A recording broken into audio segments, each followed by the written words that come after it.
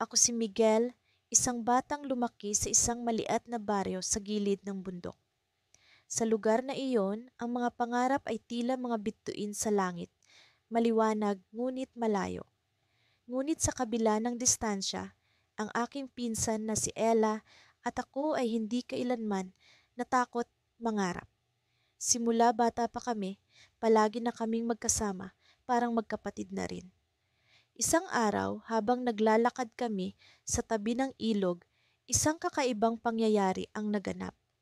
May narinig kaming sigaw ng isang bata mula sa kabilang pampang. Nagtinginan kami ni Ella, ramdam ang kaba sa aming mga dibdib. Nang makarating kami sa kinaroroonan ng sigaw, nakita namin ang isang batang lalaki na nakaluhod sa tabi ng isang matandang babae. Mukhang nangangailangan sila ng tulong. Agad naming tinulungan ang babae na itinayo at dinala sa kanilang bahay.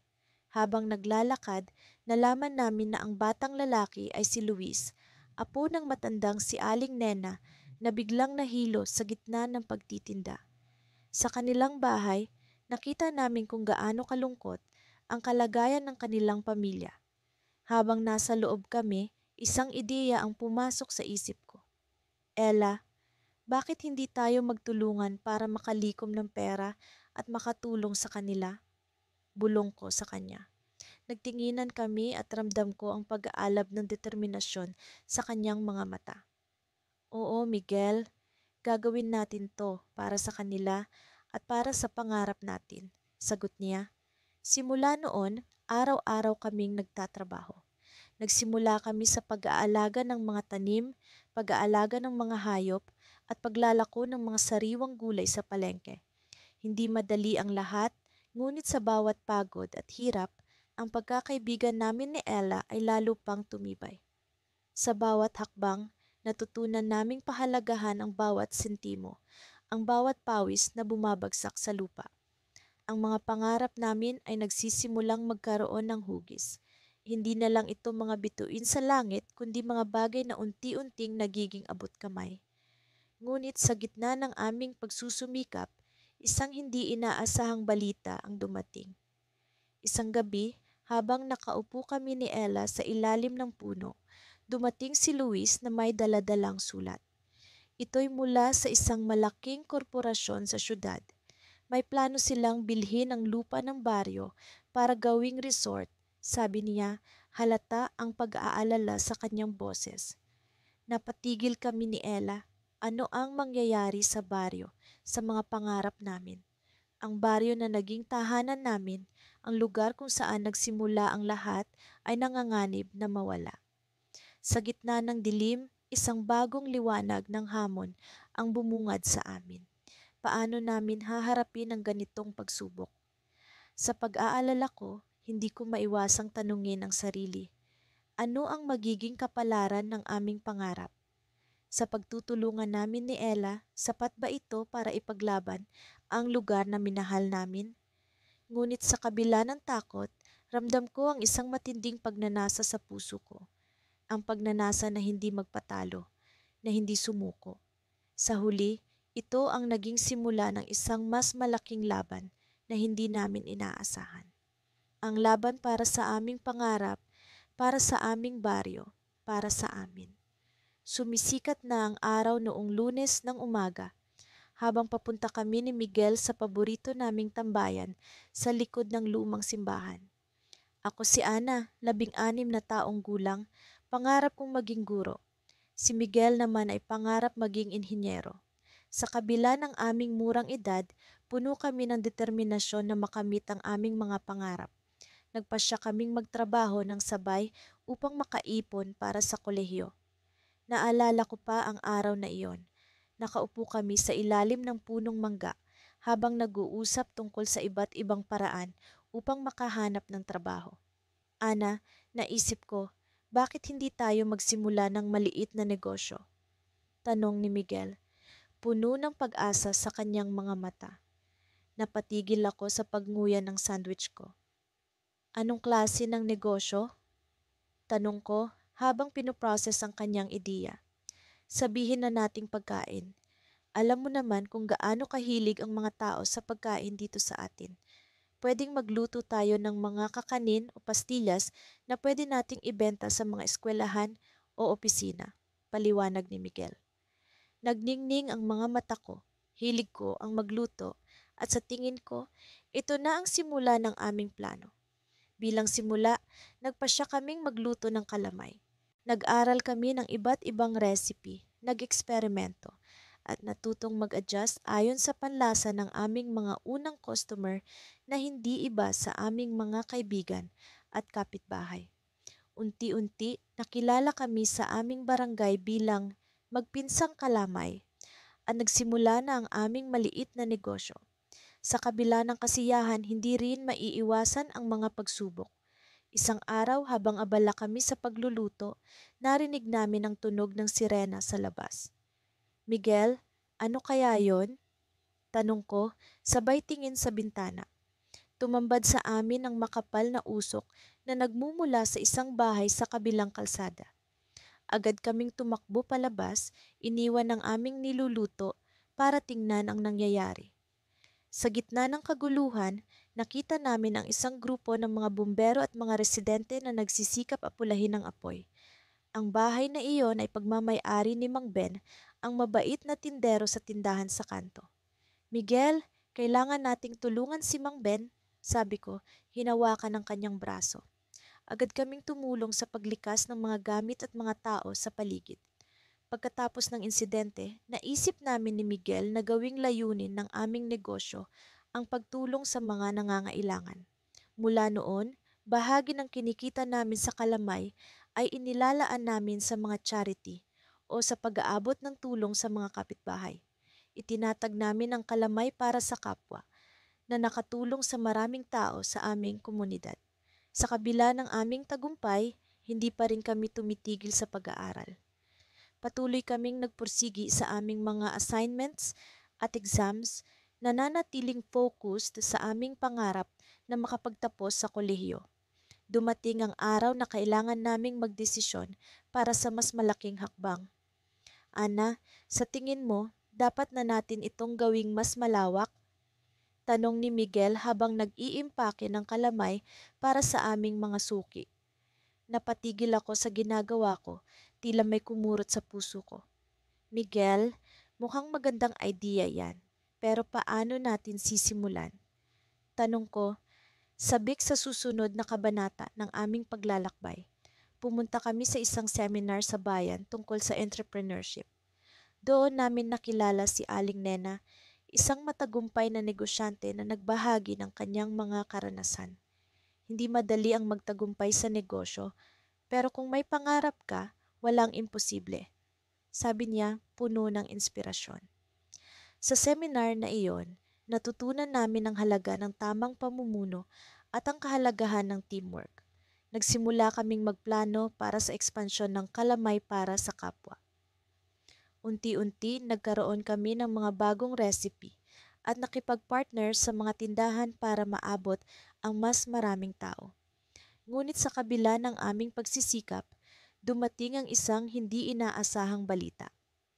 Isang umaga, habang nag-aayos kami ng mga dokumento para sa isang bagong partnership, nakatanggap kami ng tawag mula sa isang kaibigan. Ana, Miguel, kailangan niyong pumunta sa ospital. Si Mang Ben nasa ICU, sabi ng boses sa kabilang linya.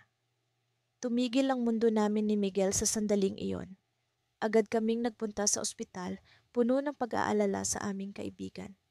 Pagdating doon, nalaman namin na si Mang Ben ay may malubhang kondisyon at ang kanyang tindahan ay nasa panganib na magsara. Habang nakaupo kami sa waiting area, napaisip ako sa lahat ng nangyari. Naramdaman ko ang bigat ng responsibilidad sa aming balikat. Miguel, kailangan nating gumawa ng paraan para matulungan si Mang Ben. Sabi ko, tila nahuhulaan na ang susunod na yugto ng aming paglalakbay. Ngunit bago pa man kami makapagdesisyon, may biglang pumasok na ideya si Miguel. Ana, paano kung gamitin natin ang natutunan natin sa seminar para sa mas malaking layunin? Tanong niya, puno ng determinasyon. Sa sandaling iyon, alam kong may bagong kabanata na magbubukas sa aming paglalakbay, ngunit kung paano namin ito sisimulan, iyon ang malaking tanong. Sa likod ng aming pag-aalala, naramdaman ko ang excitement sa aming susunod na hakbang. Ngunit isang bagay ang malinaw. Hindi namin ito magagawa ng kami lang. Kailangan namin ng tulong at higit sa lahat, kailangan namin ng tamang diskarte. Ang lahat ng ito ay naging simula ng mas malaking hamon at hindi namin alam kung ano ang naghihintay sa amin sa dulo ng daan. Ngunit isang bagay ang sigurado, hindi kami basta-bastang susuko dahil ang pangarap namin ay para sa mas malawak na layunin. Nang bumalik kami sa aming munting tahanan mula sa pag-aaral, ramdam ko ang pagkasabik ni Anya. Parang kuryente ang bawat hakbang niya habang ako'y nag-iisip kung paano namin maisa sa katuparan ang aming plano. Ang aming pangarap na makapagtayo ng maliit na negosyo ay nagiging mas malinaw sa aming isipan.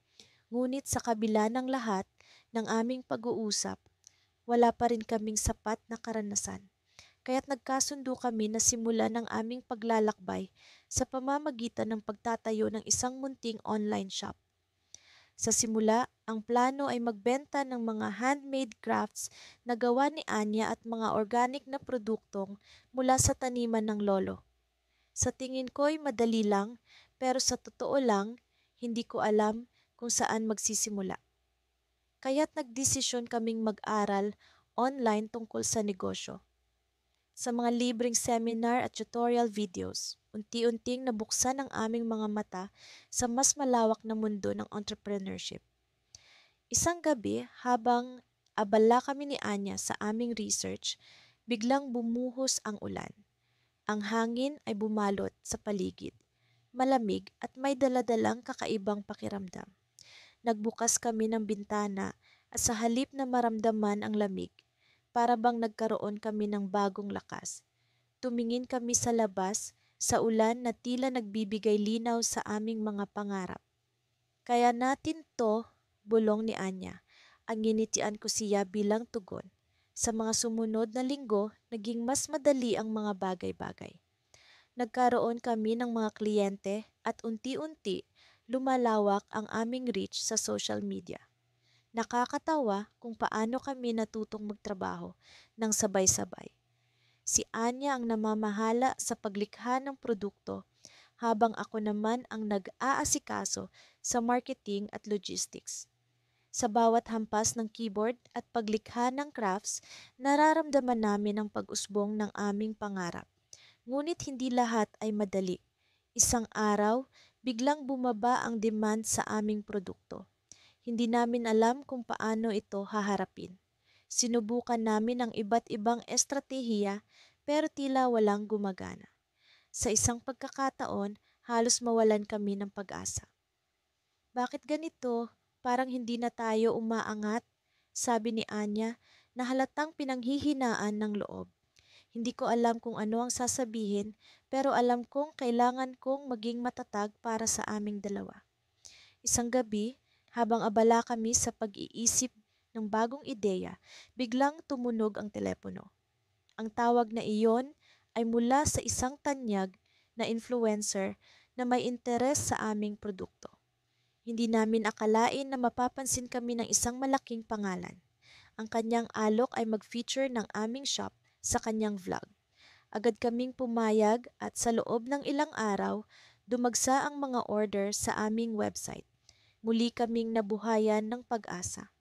Ngunit dito nagsimula ang hindi inaasahang twist sa aming kwento. Sa gitna ng aming tagumpay, napansin kong may kakaibang mga transaksyon sa aming account. Hindi ko agad ito pinansin, ngunit habang tumatagal, mas dumadami ang mga ito. Hindi nagtagal, napagtanto ko na may nangyayari sa likod ng aming negosyo na hindi namin kontrolado. Anya, may problema tayo, sabi ko, habang ipinapakita ang mga hindi inaasahang transaksyon. Nagdesisyon kaming imbestigahan ang sitwasyon. Lahat ng aming pinaghirapan ay tila nanganganib dahil sa mga hindi kilalang hacker na pumasok sa aming sistema. Isang gabi, habang nag-uusap kami ni Anya, Biglang nag-blackout ang aming computer. Hindi kami makapaniwala sa nangyari. Paano natin maaayos to? Tanong ni Anya na halatang nababahala. Sa puntong iyon, alam kong kailangan naming kumilos ng mabilis. Ngunit sa kabila ng takot at pag-aalala, naroon pa rin ang tiwala namin sa isa't isa. Alam kong kakayanin namin ito. Habang nagkukulong kami sa kwarto, nagdesisyon kaming humingi ng tulong mula sa mga eksperto. Hindi namin hahayaan na maglaho ang aming pangarap ng dahil sa mga taong walang malasakit. Ngunit sa gitna ng aming pag-aayos, natuklasan namin ang isang bagay na hindi namin inaasahan. Ang hacker na nasa likod ng lahat ng ito ay isa ring kabataan. May parehong pangarap na tulad namin. Sa kanyang mensahe, sinabi niyang wala siyang masamang intensyon. Ang ginawa niya ay isang paraan para ipakita sa amin na kailangan pa naming paghusayan ang aming sistema. Sa halip na magalit, naisip kong ito ay isang pagkakataon para matuto at lumago. Ang hindi namin alam, ang kabataang iyon ay magiging susi sa mas malaking tagumpay na naghihintay sa amin. Ngunit paano nga ba namin magagamit ang kaalaman niya para sa aming ikabubuti? Sa kabila ng lahat ng ito, lumakas ang aking paniniwala na sa mundo ng negosyo, hindi lamang talento at sipag ang mahalaga. Higit sa lahat, ang pagkakaroon ng puso at malasakit sa likod ng bawat gawain. Sa susunod na kabanata ng aming kwento, alam kong marami pa kaming haharapin. Ngunit sa bawat hakbang, alam kong hindi kami nag-iisa. Ang aming pangarap ay magiging daan para sa mas malaking pagbabago, hindi lamang para sa amin, kundi para sa lahat ng kabataang nangangarap. At sa puntong iyon, naroon ang hindi inaasahang twist na magdadala sa amin sa mas malaking paglalakbay. Ako si Miguel at sa likod ng bawat tagumpay na natutunghayan ng marami ay may kwento ng pakikibaka at pagtutulungan. Ang aking pinsan, si Lara, ay hindi lamang katuwang sa pangarap, kundi siya ring nagsilbing inspirasyon sa paglalakbay namin. Bata pa lamang kami ay mahilig na kami sa mga laro kung saan kailangan ng diskarte at pagtutulungan. Ito marahil ang nagbigay daan sa aming kasalukuyang pakikipagsapalaran. Simula nang magsimula kaming magtrabaho sa maliit na proyekto na aming naisip, unti-unti naming natutunan ang halaga ng pagtutulungan. Ang aming proyekto ay isang maliit na online shop na nagbebenta ng mga produktong gawa sa kamay mula sa mga simpleng accessories hanggang sa mga dekorasyon sa bahay. Ang mga produkto ay ideya ni Lara at ako naman ang nag-aalaga sa teknikal na aspeto ng pagnenegosyo. Noong una, marami kaming hindi pagkakaintindihan. Si Lara ay masyadong malikhain at minsan ay nagiging impulsive sa kanyang mga desisyon. Ako naman ay masyadong analitiko at minsang nagiging sobrang maingat. Subalit sa aming pagkakaiba, natutunan naming pahalagahan ang komplementaryong katangian ng isa't isa. Ang aming mga pagtatalo ay nagresulta sa mas magagandang ideya at estratehiya. Isang araw, habang abala kami sa pagpaplano ng susunod na koleksyon, nakatanggap kami ng mensahe mula sa isang potensyal na investor. Hindi namin inaasahan ang ganitong pagkakataon, maging ang pansin na natatanggap ng aming maliit na negosyo. Ang investor ay nagpakita ng interes na tulungan kaming palawakin pa ang aming shop. Sa pagkakataong iyon, naramdaman kong ito na ang simula ng pag-abot sa aming pangarap. Ngunit sa kabila ng magandang balita, may isa pang mensahe na dumating. Ito ay mula sa isang malaking kompetisyon para sa mga kabataan na may makabagong ideya sa negosyo. Ang premyo ay hindi lamang pondo, kundi pati na rin mentorship mula sa mga kilalang personalidad sa industriya. Nabuhayan kami ng loob, ngunit alam kong malaki ang hamon na dala nito. Kailangan naming magdesisyon kung saan namin ilalaan ang aming oras at enerhiya. Sa investor na nag-aalok ng agarang tulong o sa kompetisyon na may pangmatagalang benepisyo. Sa gitna ng aming pag-uusap, napansin kong tahimik si Lara. Nang tanungin ko siya, sinabi niyang may pumasok na bagong ideya sa kanya. Isang ideya na maaaring maging susi sa aming tagumpay sa kompetisyon. Sa kabila ng excitement, alam kong may kasamang takot ang pagbuo ng bagong konsepto. Nangako kami sa isa't isa na kahit ano pa man ang mangyari, hindi kami mawawala ng suporta sa isa't isa. Naglaan kami ng ilang gabi at araw sa pagbuo ng ideya ni Lara. Ang aming usual na routine ay nag-iba. At sa halip na mag-focus sa pag-aayos ng aming shop, naglaan kami ng oras para sa brainstorming at prototyping. Sa proseso, hindi namin maiwasang makaramdam ng pagod. Ngunit ang bawat hakbang ay nagiging mas makabuluhan dahil kasama ko si Lara. Sa paglapit ng deadline ng kompetisyon, natapos din namin ang aming prototype. Kinailangan naming maghanda ng presentation at pitch para sa panel ng mga judges. Sa araw ng kompetisyon, pareho kaming kinakabahan, ngunit puno ng pag-asa. Sa harap ng panel, ipinakita namin ang aming proyekto, isang sustainable na produkto na may layuning hindi lamang magbigay ng convenience sa mga tao, kundi pati na rin pangalagaan ang kalikasan. Nang matapos ang aming presentation, nakaramdam kami ng ginhawa. Alam naming ginawa namin ang lahat ng aming makakaya. Habang naghihintay sa resulta, napagdesisyonan ni Lara na bumalik kami sa aming online shop. Ngunit nang buksan namin ang aming computer, isang email ang bumungad sa amin. Isang email na naglalaman ng hindi inaasahang balita. Ito ang twist na hindi ko inaasahan. Ang investor na nagpakita ng interes sa aming shop ay isa sa mga judge ng kompetisyon.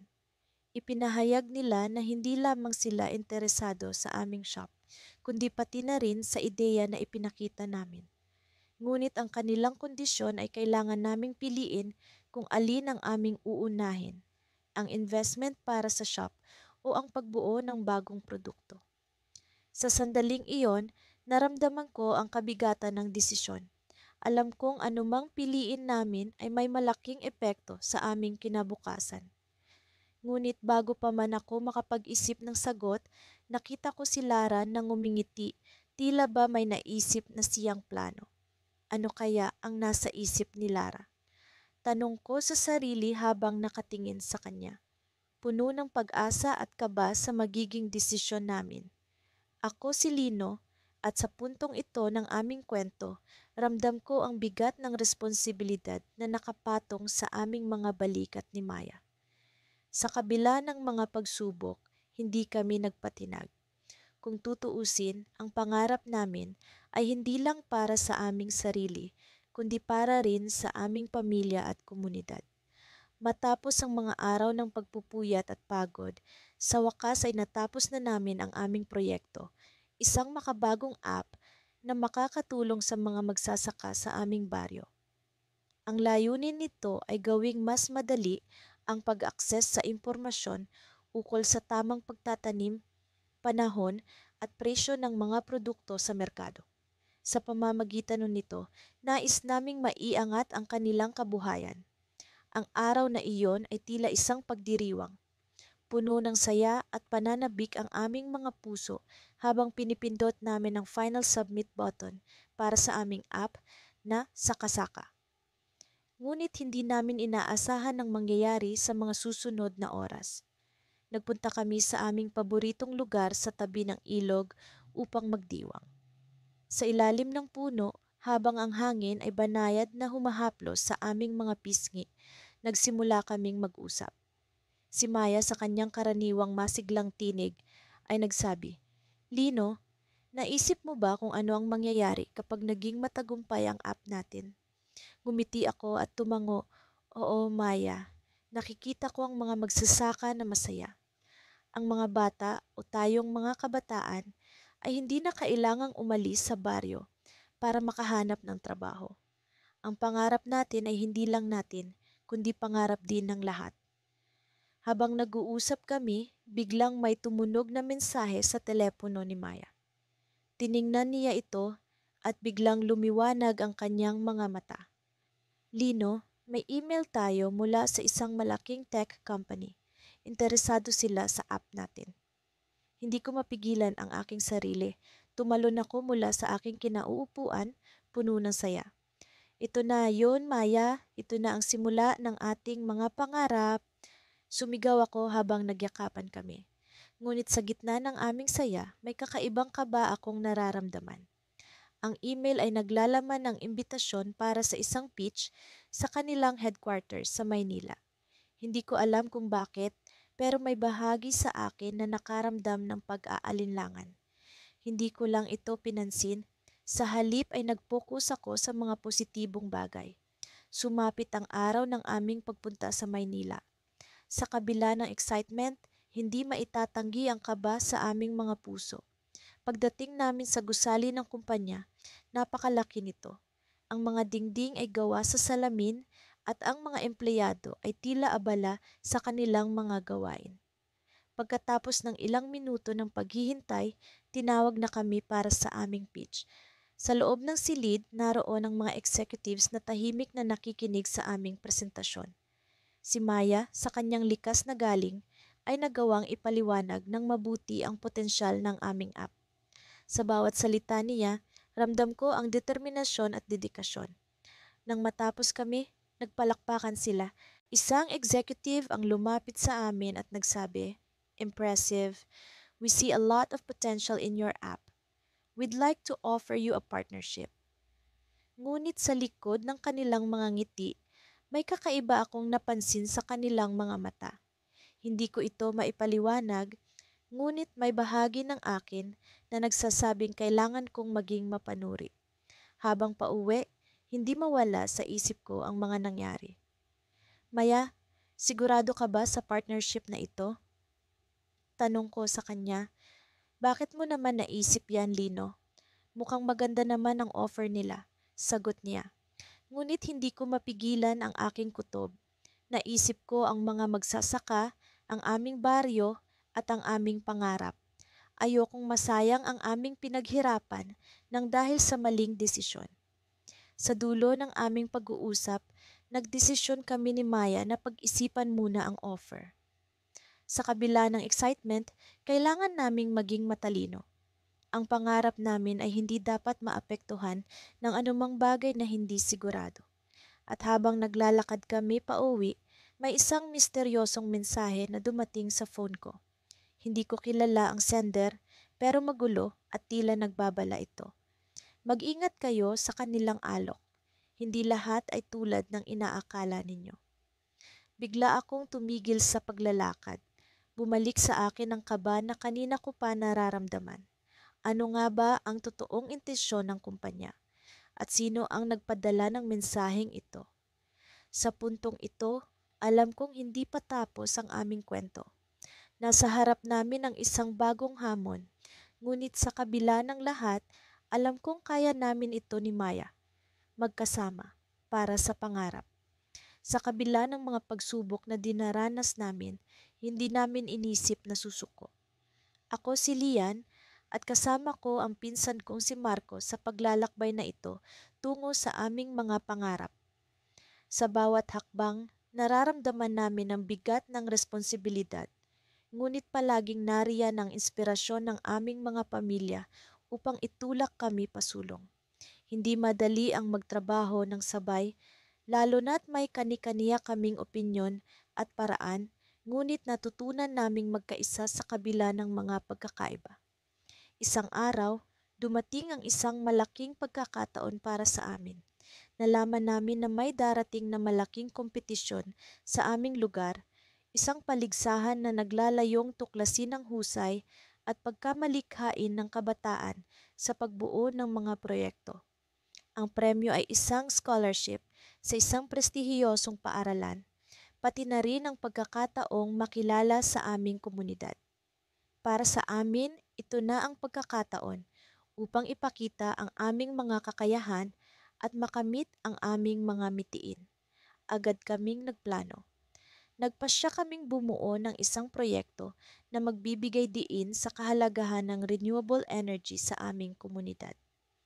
Pareho kaming may interes sa agham at teknolohiya, kaya tila natural lamang ang tema para sa amin. Gayunpaman, sa simula pa lang ay nahirapan kami sa pagbuo ng mga ideya. Si Marco ay nais gumawa ng isang solar-powered water purifier, habang ako naman ay nag-iisip ng wind turbine na makakaapekto sa lokal na pamayanan. Parehong maganda ang aming mga ideya, ngunit kailangan naming pumili ng isa upang mas mapagtibay ang aming proyekto. Matagal kaming nagdebate. Sa bawat talakayan, nararamdaman ko ang tensyon. Pareho kaming may matinding pananabik na makamit ang aming mga layunin, ngunit hindi namin maiwasan ang pagkakaroon ng hindi pagkakaintindihan. Sa kabila ng mga ito, lagi kong iniisip ang mga aral na natutunan namin mula sa aming mga magulang, ang halaga ng pagkakaisa at pag-unawa sa isa't isa. Sa puntong ito, naisip ko na hindi kami dapat magpatuloy sa ganitong sitwasyon. Kailangan namin ng solusyon.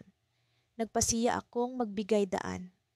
Marco, sabi ko, alam kong mahalaga sa iyo ang ideyang ito at sa tingin ko may potensyal itong makapagbigay ng malaking tulong sa ating komunidad. Bakit hindi natin subukan ang solar-powered water purifier mo? Napansin ko ang pagliwanag ng mukha ni Marco. Hindi ko maikakaila na may kirot sa aking loob dahil hindi natuloy ang aking ideya. Ngunit mas mahalaga sa akin ang aming pagkakaibigan at ang aming pinagsamang pangarap. Pumayag si Marco, ngunit may kondisyon siya. Lian, hindi natin dapat isantabi ang wind turbine mo. Paano kung pagsamahin natin ang dalawang ideya? Gawa tayo ng solusyon na makakagamit ng parehong solar at wind energy. Napangiti ako. Hindi ko inasahan ng ganitong klasing solusyon.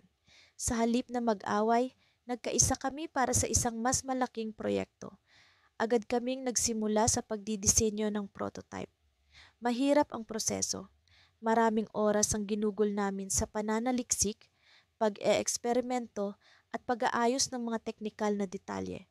Ngunit sa bawat hakbang, naroon ang kasiyahan ng pagtutulungan. Makalipas ang ilang linggo, natapos namin ang unang prototype ng aming proyekto.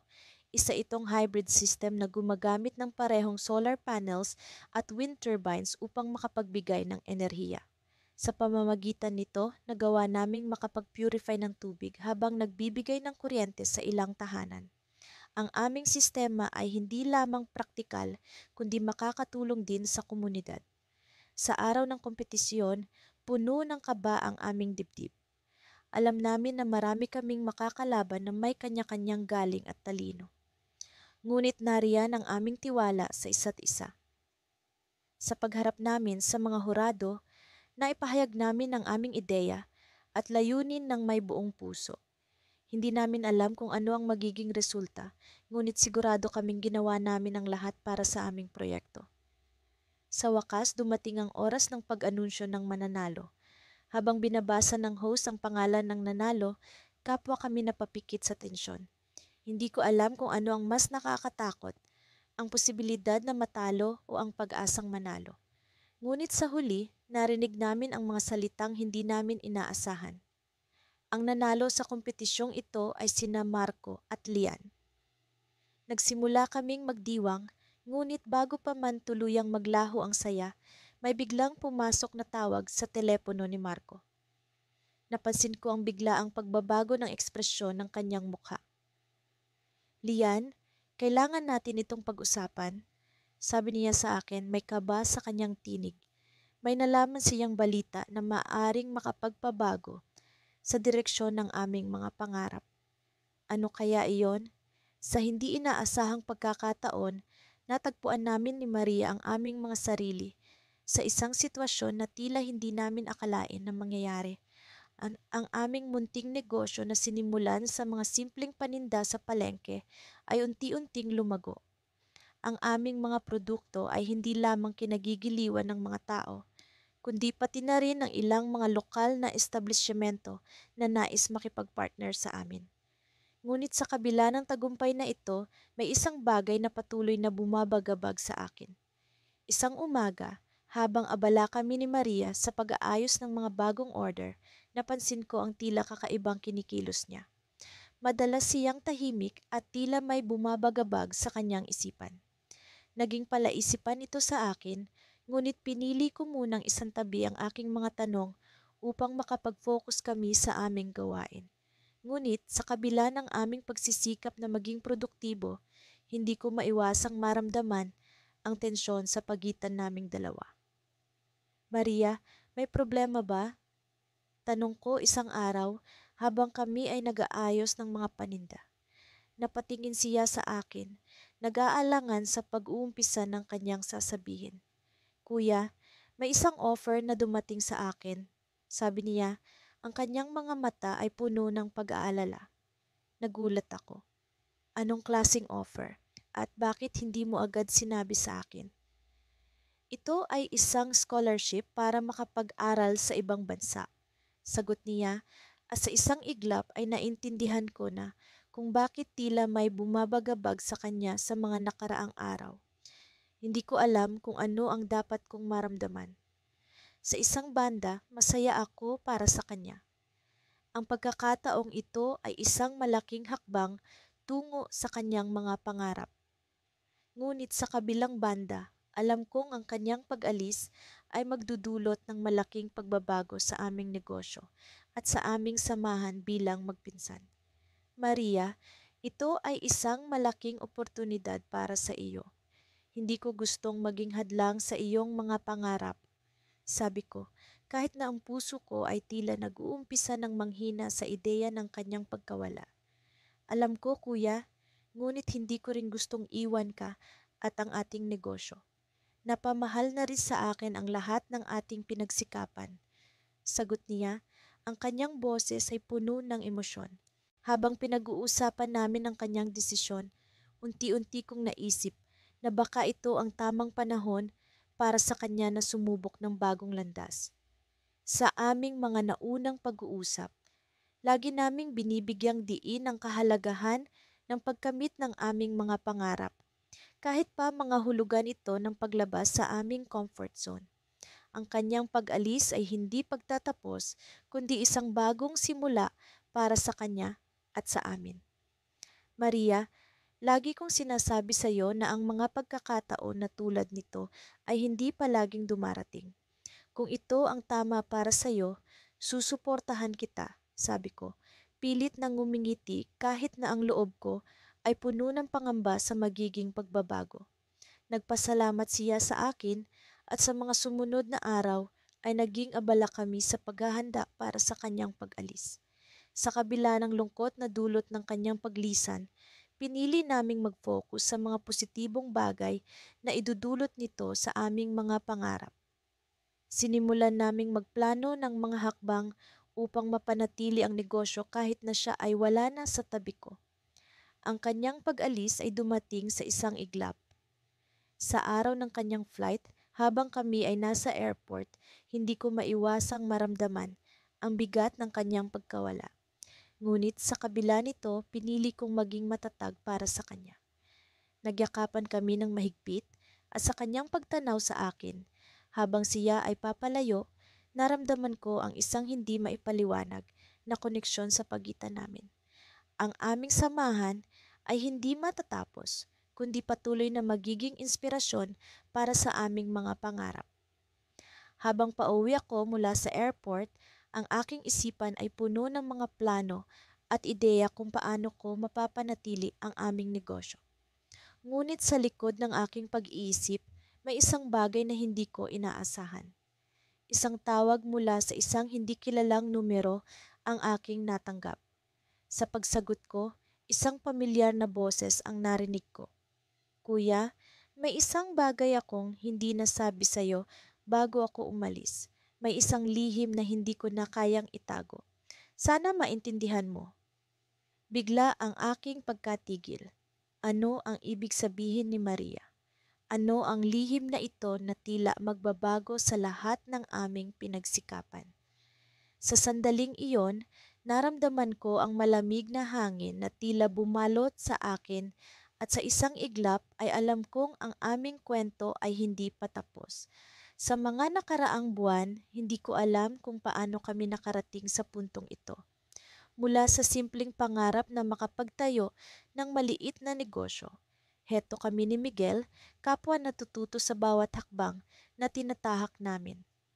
Ang aming samahan ay hindi lamang lumago sa aspeto ng negosyo, kundi pati na rin sa personal na relasyon namin bilang magpinsang magkasangga sa buhay. Nagsimula ang lahat sa isang simpleng ideya, ang paglikha ng mga eco-friendly na produkto mula sa mga lokal na materyales. Hindi namin inakala na ang mga produktong ginawa namin sa likod ng aming bahay ay makakakuha ng atensyon mula sa mga kilalang tindahan sa lungsod. Ang aming mga produkto ay unti-unting nakilala at naging simbolo ng pag-asa sa aming komunidad. Isang araw, habang naglalakad kami ni Miguel sa tabing dagat, napansin namin ang mga plastik na basura na nakaimbak sa dalampasigan. Nagsimula kaming mag-isip ng mga paraan kung paano kami makakatulong sa paglilinis ng kapaligiran habang patuloy na pinapalago ang aming negosyo. Doon namin napagpasyahan na maglunsad ng isang kampanya para sa kalinisan ng dagat kasabay ng pagbebenta ng aming mga produkto. Hindi naging madali ang lahat. Maraming hamon ang aming hinarap mula sa kakulangan ng pondo hanggang sa limitadong kaalaman sa pag-oorganisa ng isang ganitong klasing proyekto. Ngunit sa bawat pagsubok, natutunan namin ang halaga ng pagtutulungan. Si Miguel ang nagbigay ng lakas ng loob sa akin na huwag sumuko, lalo na noong dumating ang mga panahong tila wala na kaming mapagkuhanan ng pag-asa. Ang aming pagsusumikap ay nagbunga. Maraming kabataan ang naengganyo sa aming kampanya at naging bahagi sila ng aming layunin. Ang kanilang suporta ay nagbigay sa amin ng karagdagang inspirasyon na ipagpatuloy ang aming misyon. Sa tuwing may mga gawain sa paglilinis, hindi lamang kami nakakatulong sa kalikasan, kundi nagiging daan din ito para sa mas masaya at makahulugang pagsasama-sama ng mga tao sa aming komunidad. Ngunit sa kabila ng aming tagumpay, may isang bagay na patuloy na gumugulo sa akin. Isang gabi, habang abala ako sa paggawa ng plano para sa susunod na linggo, may natanggap akong mensahe mula sa isang di kilalang numero. Binuksan ko ang mensahe at doon ko nakita ang isang larawan ng dagat na puno ng basura. Kasama ng larawan ng mensahe, hindi lahat ng bagay ay kasing linis ng inaakala mo. Binalikan ko ang mga nakaraang araw. Nag-isip kung may mga pagkakataon ba na hindi namin nabigyan ng sapat na atensyon ang aming proyekto. Sinubukan kong ipagwalang bahala ang mensahe, iniisip na baka isa lamang itong paninira sa aming ginagawa. Ngunit hindi ko maalis sa aking isipan ang posibilidad na may mga bagay na hindi namin nakikita o naiintindihan. Kinabukasan, agad kong sinabi kay Miguel ang tungkol sa mensahe. Nagulat siya, ngunit tulad ng inaasahan ko, hindi siya natakot.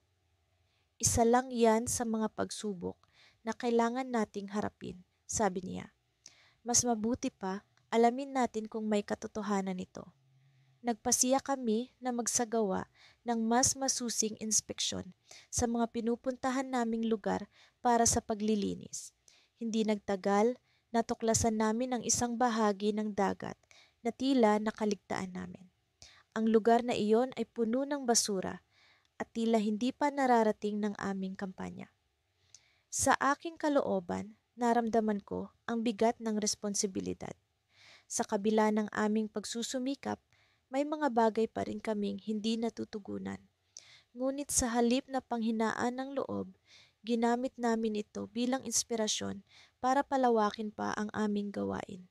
Kailangan namin ng mas marami pang tao, mas marami pang suporta, at higit sa lahat, kailangan namin ng mas matibay na dedikasyon. Sa kalagitnaan ng aming pag-uusap, biglang tumunog ang telepono ni Miguel. Isang tawag mula sa hindi kilalang numero ang natanggap niya. Nang sinagot niya ito, narinig ko ang isang boses na pamilyar, ngunit hindi namin matukoy kung kanino. Natutuwa akong makita na may ginagawa kayo para sa kalikasan, sabi ng boses.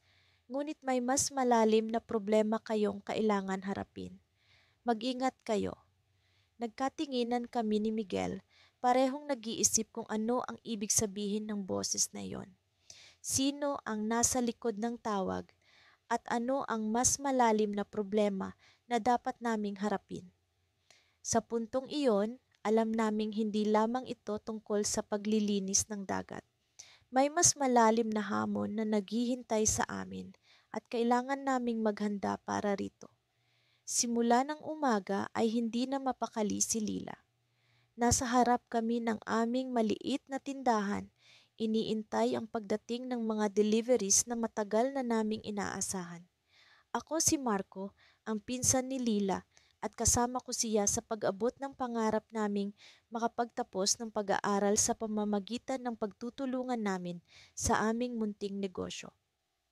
Ngayong araw ay may kakaibang init sa hangin at tila ba may kung anong paparating na hindi namin inaasahan. Marco, sigurado ka bang darating na ngayon ang mga orders? Tanong ni Lila habang nakatingin siya sa kalsada, umaasang makita ang anino ng delivery van. Oo, Lila, nakumpirma ko na kagabi na nasa daan na ang mga ito. Konting hintay na lang, sagot ko, pilit na pinapakalma ang aking sarili pati na rin siya. Alam naming mahalaga ito sa amin dahil sa malaking demand ng aming produkto ngayong buwan. Habang nag-uusap kami, naisip ko ang mga pinagdaanan namin ni Lila para mapalago ang tindahan. Mula sa mga mahihirap na umpisa kung saan halos wala kaming benta hanggang sa mangyaring ito na unti-unti nang nagkakaroon ng suki. Ang lahat ng ito ay bunga ng aming pagtutulungan at determinasyon. Naalala ko ang mga gabing halos hindi na kami natutulog kakaisip ng mga estratehiya para mas mapansin ang aming produkto. At ngayong tila nagbubunga na ang aming mga pagsisikap, hindi ko maiwasang makaramdam ng kaunting kaba.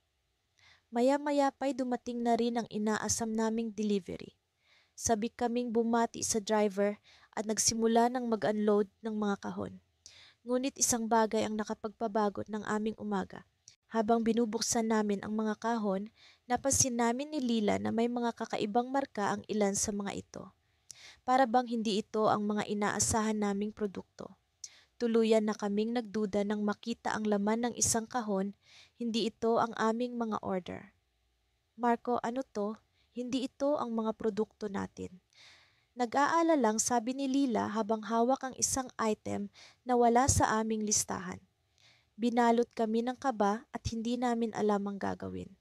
Agad kong kinuha ang aking telepono at tinawagan ang supplier.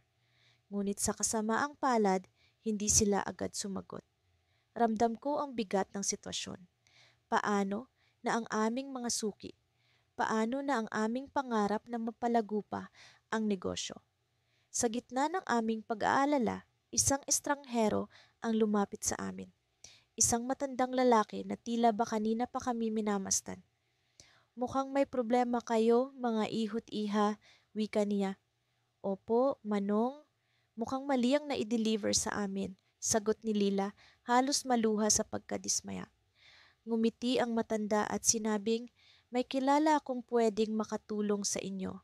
Halina't samahan niyo ako. Nagdalawang isip kami ni Lila, ngunit sa aming sitwasyon, wala kaming ibang pagpipilian kundi sumama sa kanya. Habang binabaybay namin ang daan patungo sa sinasabing tao na makakatulong sa amin, hindi ko maiwasang mag-isip ng kung ano-ano. Paano kung ito ay isang patibong? Ngunit sa kabila ng lahat, may bahagi sa akin na nagsasabing ito na ang pagkakataon naming masolusyonan ang problema. Pagdating namin sa isang lumang bahay, kumatok ang matanda at isang babae ang nagbukas ng pinto. Amelia, narito ang sinasabi kong mga kabataan na nangangailangan ng tulong, sabi ng matanda. Tiningnan kami ng babae at ngumiti. Halina't pumasok kayo, anyaya ni Amelia. Habang nasa loob, ipinakita niya sa amin ang isang maliit na opisina na puno ng mga dokumento at computers. Ako ay may koneksyon sa distributorship industry. Baka sakaling matulungan ko kayong matrace kung saan napunta ang mga tamang produkto ninyo. Habang nagsisimula siyang magtrabaho sa harap ng computer, hindi namin maiwasang makaramdam ng pag-asa. Kakaibang pakiramdam ang dulot ng sitwasyon. Tila ba nasa isang pelikula kami na may halong suspense at pag-asa. Ngunit sa kabila ng lahat, isang tanong ang bumabalot sa aking isipan. Bakit kaya tayo talaga tinulungan ng matanda at sino siya sa buhay ni Amelia?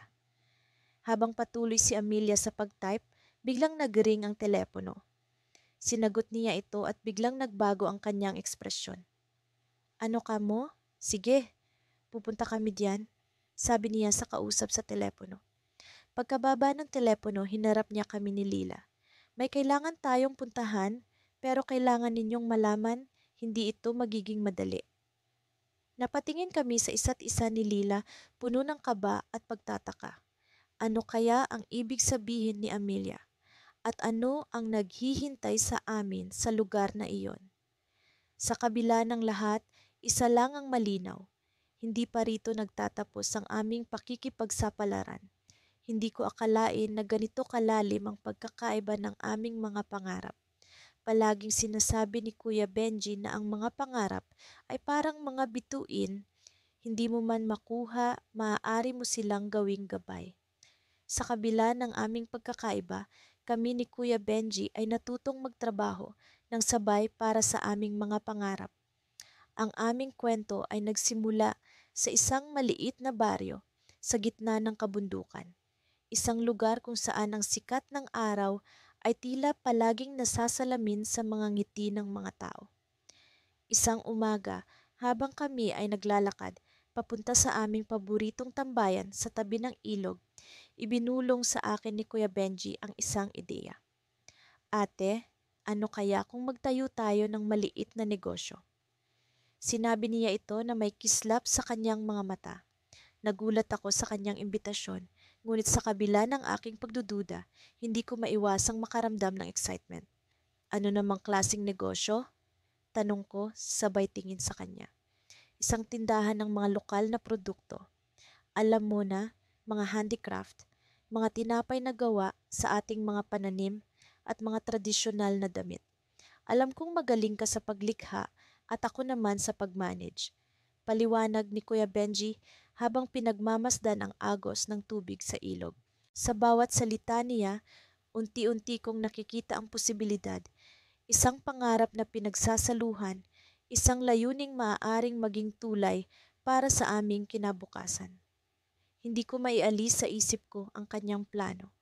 Sa tuwing magpapahinga kami mula sa pag-aaral, pinag-uusapan namin ang mga detalye ng tindahan. Nagplano kami ng layout ng mga produkto na ibebenta at kung paano namin mapapaganda ang aming maliit na pwesto sa harap ng bahay ni Lola. Sa bawat araw na lumilipas, lalong nagiging malinaw ang aming mitiin. Ang aming teamwork ay unti-unting nagbubunga ng mga konkretong hakbang. Ngunit sa likod ng aming tagumpay, may mga bagay na hindi ko inaasahan. Isang gabi, habang kami ay nag-uusap sa ilalim ng mga bituin, biglang naging seryoso si Kuya Benji. Ate, may isa pa akong gustong sabihin sa'yo.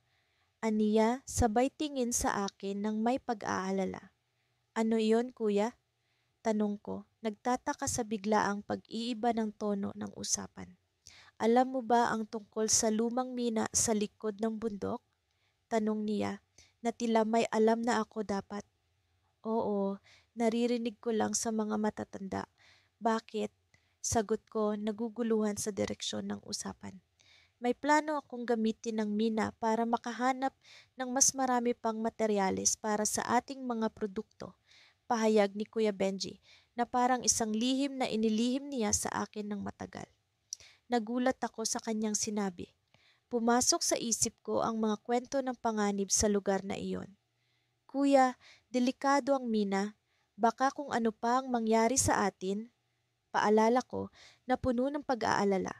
Ngunit nakita ko ang determinasyon sa kanyang mukha. Isang determinasyon na hindi ko pa nakita kahit kailan. Alam ko, ate, kaya nga kailangan kita. Magtulungan tayo para sa pangarap na ito, sabi niya, sabay hawak sa aking kamay. Nararamdaman ko ang init ng kanyang palad, ngunit ang kaba ay hindi maalis sa aking dibdib. Naisip ko ang mga maaaring mangyari, ang panganib na maaari naming harapin. Ngunit sa kabila ng lahat, naisip ko rin ang aming pangarap, ang tindahan, ang mga produkto, ang pag-asang dala nito para sa aming pamilya. Habang iniisip ko ang kanyang alok, naririnig ko ang awit ng mga kuliglig sa paligid. Ang katahimikan ng gabi ay tila nagbibigay ng puwang para sa aking pagninilay. Sa kabila ng takot, naramdaman ko ang excitement sa pag-iisip na maaari naming makuha ang mga materyales na kailangan para sa aming negosyo. Sige kuya, subukan natin, pero kailangan nating maging maingat. Sagot ko, na puno ng pag-aalinlangan ngunit may halong pag-asa. Ang aming lihim na plano ay nagsimula sa isang simpleng pangarap, ngunit sa likod nito ay isang hamon na hindi ko inaasahan. Sa bawat pag-uusap, sa bawat hakbang na aming ginagawa, nararamdaman ko ang bigat ng responsibilidad na dala ng aming desisyon. Ang tindahan ay unti-unting nagkakaroon ng hugis, ngunit ang paglalakbay patungo sa mina ay isang misteryo. Sa gitna ng aming paglalakbay, natutunan ko na ang teamwork ay hindi lamang tungkol sa pagkakasundo sa mga ideya. Ito ay tungkol sa pag-unawa sa pusong puno ng pangarap, sa mga mata na puno ng pag-asa, at sa mga kamay na handang magtulungan para sa kinabukasan. Ngunit sa kabila ng lahat, isang tanong ang bumabalot sa aking isipan. Ano ang naghihintay sa amin sa likod ng bundok? Habang papalapit kami sa tulay na tatawid patungo sa mina, nararamdaman ko ang malamig na hangin ng gabi. Ang ilaw ng buwan ay nagsisilbing gabay sa aming landas, ngunit ang dilim ay tila nagtatago ng lihim na hindi pa namin batid. Sa bawat hakbang, ang kaba sa aking dibdib ay lalong lumalalim. Sa sandaling ito, napagtanto ko na ang aming paglalakbay ay hindi lamang tungkol sa pangarap, kundi tungkol din sa pagtuklas ng aming kakayahang harapin ang mga pagsubok ng magkasama. Sa dulo ng bahagi na ito, isang tanong ang bumabalot sa aking isipan. Ano ang tunay na lihim ng mina na aming hinahanap?